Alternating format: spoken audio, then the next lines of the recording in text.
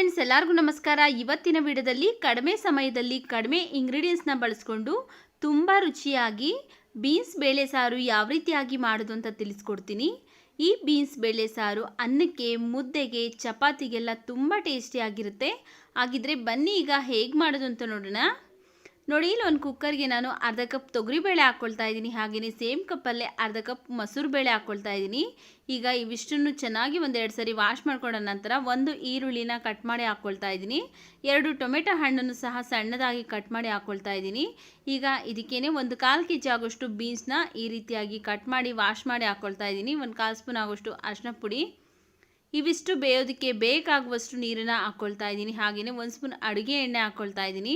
ರುಚಿಗೆ ತಕ್ಕಷ್ಟು ಉಪ್ಪು ಹಾಕ್ಕೊಳ್ತಾ ಇದ್ದೀನಿ. ಇಲ್ಲಿ ನಾನು ಕಲ್ಲುಪ್ಪು ಹಾಕ್ಕೊಳ್ತಾ ಇದ್ದೀನಿ, ನೀವು ಬೇಕಿದ್ರೆ ಪುಡಿ ಉಪ್ಪನ್ನು ಹಾಕ್ಕೊಳ್ಳಿ. ಈಗ ಒಂದ್ಸರಿ ಮಿಕ್ಸ್ ಮಾಡಿಕೊಂಡು ಕುಕ್ಕರ್ ಲಿಡ್ನ ಕ್ಲೋಸ್ ಮಾಡಿ ಸ್ಟವ್ ಮೇಲಿಟ್ಟು 3 ವಿಜಿಲ್ ಕೂಗಿಸ್ಕೊಳ್ಬೇಕು. ನೋಡಿ, ಇಲ್ಲಿ 3 ವಿಜಿಲ್ ಬಂದು ಕಂಪ್ಲೀಟಾಗಿ ತಣ್ಣಗಾದ್ಮೇಲೆ ಓಪನ್ ಮಾಡ್ತಾ ಇದ್ದೀನಿ. ನೋಡಿ, ತರಕಾರಿ ಹಾಗೆಯೇ ಬೇಳೆ ಎಲ್ಲ ಚೆನ್ನಾಗಿ ಬೆಂದಿದೆ.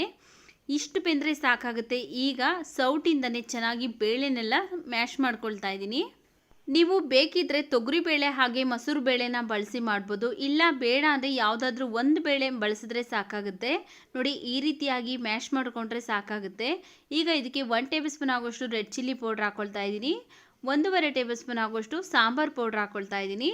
ಹಾಕ್ಕೊಂಡು ಚೆನ್ನಾಗಿ ಮಿಕ್ಸ್ ಮಾಡ್ಕೊಳ್ತಾ ಇದ್ದೀನಿ. ನೀವು ಯಾವ ಬ್ರ್ಯಾಂಡ್ನ ಸಾಂಬಾರು ಪೌಡ್ರ್ ಬೇಕಾದರೂ ಹಾಕ್ಕೊಳ್ಬೋದು. ನಾನಿಲ್ಲಿ ಮನೆಯಲ್ಲೇ ಮಾಡ್ಕೊಂಡಿರುವಂತಹ ಸಾಂಬಾರು ಪೌಡ್ರನ್ನ ಯೂಸ್ ಮಾಡ್ಕೊಳ್ತಾ ಇದ್ದೀನಿ. ನೋಡಿ, ಈಗ ಇವಿಷ್ಟನ್ನು ಚೆನ್ನಾಗಿ ಮಿಕ್ಸ್ ಮಾಡಿಕೊಂಡು ಸಾಂಬಾರು ಮಾಡೋದಕ್ಕೆ ಎಷ್ಟು ನೀರು ಬೇಕಾಗುತ್ತಲ್ಲ ಅಷ್ಟು ನೀರನ್ನು ಸೇರಿಸ್ಕೊಂಡು ನೀವು ಅಡ್ಜಸ್ಟ್ ಮಾಡ್ಕೊಳ್ಬೇಕು. ನಿಮಗೆ ಸಾಂಬಾರು ಯಾವ ಹದಕ್ಕೆ ಬೇಕಾಗುತ್ತಲ್ಲ ಆ ಹದಕ್ಕೆ ನೋಡಿಕೊಂಡು ನೀವು ನೀರನ್ನು ಸೇರಿಸ್ಕೊಂಡು ಅಡ್ಜಸ್ಟ್ ಮಾಡ್ಕೊಳ್ಳಿ. ನಾನಿಲ್ಲಿ ಈಗ ಇನ್ನು ಸ್ವಲ್ಪ ನೀರನ್ನು ಹಾಕ್ಕೊಂಡು ಚೆನ್ನಾಗಿ ಮಿಕ್ಸ್ ಮಾಡ್ಕೊಳ್ತಾ ಇದ್ದೀನಿ. ನೋಡಿ, ಈಗ ಇದು ರೆಡಿಯಾಗಿದೆ. ಇದನ್ನು ಸ್ಟವ್ ಮೇಲಿಟ್ಟು ಒಂದು 4 ರಿಂದ 5 ನಿಮಿಷ ಚೆನ್ನಾಗಿ ಕುದಿಸ್ಕೊಳ್ತಾ ಇದ್ದೀನಿ. ನೋಡಿ, ಇಲ್ಲಿ 4 ರಿಂದ 5 ನಿಮಿಷ ಆಗಿದೆ, ಚೆನ್ನಾಗಿ ಕುದೀತಾ ಇದೆ. ಸಾಂಬಾರು ಸಹ ಸ್ವಲ್ಪ ಗಟ್ಟಿ ಆಗಿದೆ. ಈಗ ಇದು ರೆಡಿಯಾಗಿದೆ. ಲಾಸ್ಟಲ್ಲಿ ಸಣ್ಣದಾಗಿ ಕಟ್ ಮಾಡಿರುವಂಥ ಕೊತ್ತಂಬರಿ ಸೊಪ್ಪನ್ನು ಹಾಕ್ಕೊಂಡು ಚೆನ್ನಾಗಿ ಮತ್ತೊಂದು ಸರಿ ಮಿಕ್ಸ್ ಮಾಡಿಕೊಂಡು ಇದನ್ನು ಸೈಡಿಗೆ ಇಟ್ಕೊಳ್ಬೇಕು. ಈಗ ಸಾಂಬಾರಿಗೆ ಒಗ್ಗರಣೆ ಮಾಡೋದಕ್ಕೋಸ್ಕರ ಒಂದು ಪಾತ್ರೆ ಬಿಸಿಗಿಟ್ಟು ಅದಕ್ಕೆ ನಾನು 1 ಟೇಬಲ್ ಸ್ಪೂನ್ ಆಗೋಷ್ಟು ಎಣ್ಣೆ, ಒಂದು ಸ್ವಲ್ಪ ಸಾಸಿವೆ, ಹಾಗೆಯೇ ಒಂದು ಸ್ವಲ್ಪ ಹಸಿ ಕರಿಬೇವಿನ ಸೊಪ್ಪನ್ನು ಹಾಕ್ಕೊಂಡು 1-2 ಚಿಟಿಕೆ ಆಗುವಷ್ಟು ಹಿಂಗೆ ಹಾಕ್ಕೊಳ್ತಾ ಇದ್ದೀನಿ.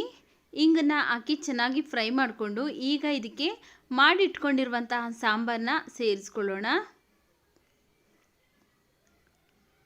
ನೋಡಿ, ಈಗ ರುಚಿಯಾದಂತಹ ಟೇಸ್ಟಿಯಾದಂತಹ ಬೀನ್ಸ್ ಬೇಳೆ ಸಾರು ರೆಡಿಯಾಗಿದೆ. ಲಾಸ್ಟಲ್ಲಿ ಸ್ವಲ್ಪ ಸಣ್ಣದಾಗಿ ಕಟ್ ಮಾಡಿರುವಂತಹ ಕೊತ್ತಂಬರಿ ಸೊಪ್ಪನ್ನು ಹಾಕ್ಕೊಂಡು ಚೆನ್ನಾಗಿ ಮಿಕ್ಸ್ ಮಾಡಿಕೊಂಡು ಸ್ಟವ್ನ ಆಫ್ ಮಾಡ್ಕೊಳ್ತಾ ಇದ್ದೀನಿ.